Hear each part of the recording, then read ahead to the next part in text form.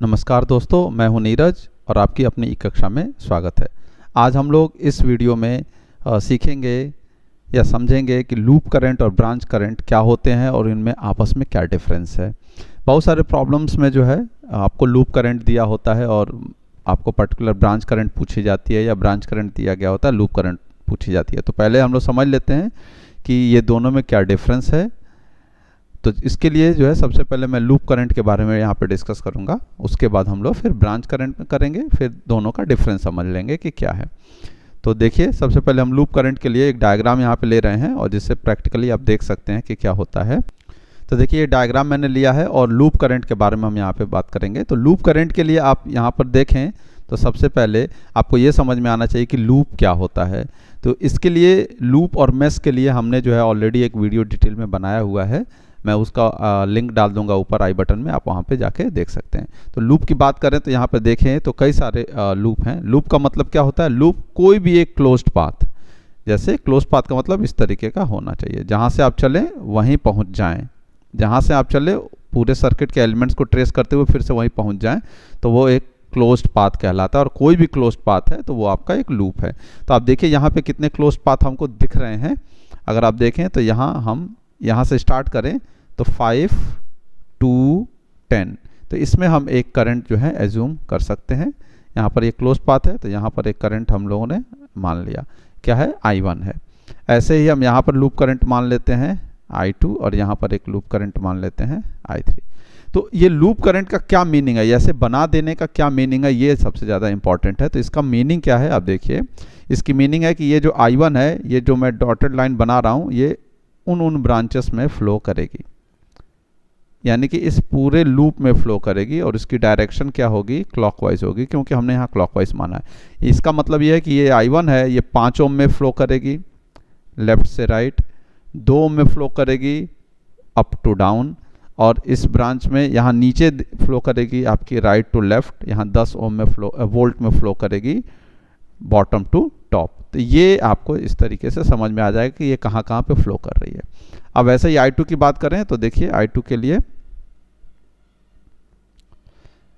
के लिए यहाँ पर आपको जो है वैसे ही हम लोग ड्रॉ कर लेते हैं, क्लॉकवाइज है। तो इससे हमें समझ में आ रहा है कि 10 ओम में I2 करंट फ्लो कर रही है, 20 वोल्ट में भी I2 कर रही है, 3 ओम में भी कर रही है और यहाँ 5 ओम में भी कर रही है। ऐसे ही अब हम जो है यहाँ पर I3 थर्ड लूप की बात करें तो यहाँ पर भी देखिए, तो थर्ड लूप में भी आपकी करंट फ्लो कर रही है और ये भी इस तरह से डायरेक्शन जरूर दिखा लेंगे। तो इससे ये पता चल रहा है कि ये जो I3 है वो 3 ओम में भी कर रही है, यहाँ तो है ही, और 2 ओम में भी कर रही है। तो इस तरीके से आप अब यहाँ पर देखें ध्यान से कि लूप करंट का क्या मीनिंग है। लूप करंट का मतलब इस पर्टिकुलर लूप में कौन सी करंट फ्लो हो रही है, जो आपने यहाँ एज्यूम किया है वो। अब ब्रांच करंट की अगर हम बात करें तो ब्रांच करंट क्या होगा? ब्रांच करंट का मतलब पर्टिकुलर ब्रांच में कितनी करंट फ्लो कर रही है। तो अभी मैं यहाँ पे सेम आपको जो है सर्किट ले लेता हूँ और आपको दिखाता हूँ कि यहाँ पे ब्रांच करंट जो है पर्टिकुलर ब्रांचेस में कितनी फ्लो हो रही है। तो देखिए, मैं यहाँ पर सेम जो है यही डायग्राम जो आपके यहाँ बगल में, इसी डायग्राम को ले लिया है और हम लोग यहाँ पे समझेंगे। तो देखें, अगर मैं इन्हीं करंट्स के बारे में ही सोचूं जो यहाँ पे बने हुए हैं, इन्हीं के बेसिस पर यहाँ पर हम लोग करंट लिखें ब्रांच करंट। ब्रांच का मतलब हो गया पर्टिकुलर ब्रांच में कौन सी फ्लो कर रही है, 10 ओम में कौन सी कर रही है, 20 ओम वोल्ट में कौन सी कर रही है, 5 ओम में कौन सी कर रही है, 2 में कौन सी कर रही है, 3 में कौन सी कर रही है। यहाँ पर ये लूप में फ्लो कर रहा था। तो अब देखिए कैसे होगा। सब स्टार्ट करते हैं हम लोग, यहाँ 10 ओम से स्टार्ट करते हैं। तो 10 ओम से अगर हम स्टार्ट करते हैं तो आप देखिए यहाँ पर कौन सी है, 10 ओम में एक ही करंट लूप के अकॉर्डिंग दिख रही है, वो कौन सी है? वो I2 है। तो यहाँ पे कौन सी करंट फ्लो करेगी? सिर्फ और सिर्फ एक ही करंट फ्लो करेगी, I2। ठीक है। इसके बाद यहाँ हम जब नीचे की तरफ आएंगे तो इस वाले रेजिस्टेंस में देखिए, तो 3 ओम में जो है यहाँ पे 2 करंट फ्लो कर रही है, यानी कि यहाँ पर जो ये 3 ओम है इसमें अब 2 करंट है। एक करंट है आपकी I2 जो कि राइट से लेफ्ट की तरफ है, राइट से लेफ्ट की तरफ, और I3 जो है लेफ्ट से राइट की तरफ है। अब इसमें बड़ा तो है, हमें पता नहीं है कि कौन सी करंट बड़ी है और कौन सी करंट छोटी है।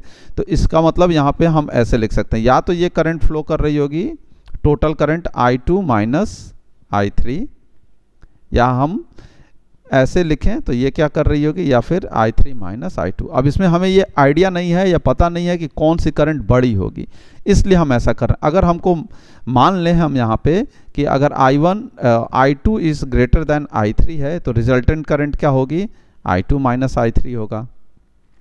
और अगर I3 is greater than I2 है तो रिजल्टेंट करंट क्या होगा आपका, I3 माइनस I2। तो यहाँ पे इन दोनों में से कोई एक करंट फ्लो करेगी। अब जो बड़ी होगी उसके अकॉर्डिंग हमको यहाँ पे वैल्यू मिल जाएगी। वैसे ही आप यहाँ पर देखें, इसमें इस रेजिस्टेंस में 5 ओम में, तो यहाँ पर भी देखेंगे तो I2 आपका राइट से लेफ्ट है, I2 जो है आपका राइट से लेफ्ट है, लेकिन I3 जो है लेफ्ट से राइट है। तो हम यहाँ पर भी लिख सकते हैं, यहाँ सॉरी I3 नहीं I1 है, तो क्या हो जाएगा I2 माइनस I1। अब वैसे ही अगर हम ये I1 बड़ा होगा तो यहाँ इस केस में देखिए क्या हो रहा है, इस केस में हम दिखा रहे हैं कि I2 इज़ ग्रेटर देन क्या है, I1 है, तो इसलिए इस तरीके से करंट आई है। और अगर आपका I1 बड़ा हो गया, यानी कि I1 is greater than I2 अगर हो गया, तो उस केस में आपका क्या होगा, करंट इस डायरेक्शन में फ्लो करेगी और वो होगी I1 माइनस I2। इस पर्टिकुलर ब्रांच की बात कर रहे हैं 5 ओम की, तो ये हो जाएगा आपका I1 माइनस I2, और अगर I2 बड़ा था तो हमको मिलेगा I2 माइनस I1। तो ये हमें पता चला। अब इसके बाद बात करते हैं इस 2 ओम में। तो इस 2 ओम में देखिए तो यहाँ पे क्या हो रहा है, आपका नीचे की तरफ फ्लो कर रही है I1 और ऊपर की तरफ फ्लो कर रहा है I3। तो यहाँ पर भी आप देखें तो इस वाली ब्रांच के हिसाब से यहाँ पे नीचे की तरफ फ्लो कर रहा है I1 और यहाँ ऊपर की तरफ फ्लो कर रहा है क्या, आपका I3। तो रिजल्टेंट करंट की अगर हम बात करेंगे तो हम इस 2 ओम की अगर बात करें तो 2 ओम में क्या होगा, लिख सकते हैं हम यहाँ इन 2 ओम क्या होगी value, if I1 is greater than I3 then resultant होगा I1 माइनस I3, और if I3 is greater than I1 then I3 minus I1। यानी कि यहाँ पर देखना हमें ज़रूर पड़ेगा कौन सी करंट बड़ी है, उसके अकॉर्डिंग हम ब्रांच करंट निकाल सकते हैं। अब आपको यहाँ पर लगेगा कि इतना सब ये क्या बताया जा रहा है, I3 greater than I1, I2 greater than I3, इस तरीके के टर्म्स यूज़ किए जा रहे हैं। तो ये जब आप न्यूमेरिकल सॉल्व करेंगे तो आपको I1, I2, I3 की वैल्यू पता चल चुकी होगी। तो जब पता चल चुकी होगी तो ऐसे ही केसेस जो है अराइज होंगे, और जैसा केस अराइज होगा उसके अकॉर्डिंग जो है आप यहाँ पे वैल्यू लिख सकते हैं। तो आशा करते हैं कि आपको जो है लूप करंट और ब्रांच करंट में डिफरेंस समझ में आया होगा, या लूप करंट क्या होती है, ब्रांच करंट क्या होती है, ये समझ में आया होगा। अगर आपको कोई कुछ पूछना है, अगर कहीं कोई प्रॉब्लम हो रही है तो आप नीचे कमेंट में भी पूछ सकते हैं, और आशा करते हैं कि आप ज़रूर इसका जो है अपने कमेंट्स पूछेंगे, अपने प्रॉब्लम्स पूछेंगे। अगर आपको वीडियो पसंद आई हो तो अपने दोस्तों मित्रों के साथ इसको शेयर करें और चैनल को सब्सक्राइब ज़रूर करें। धन्यवाद।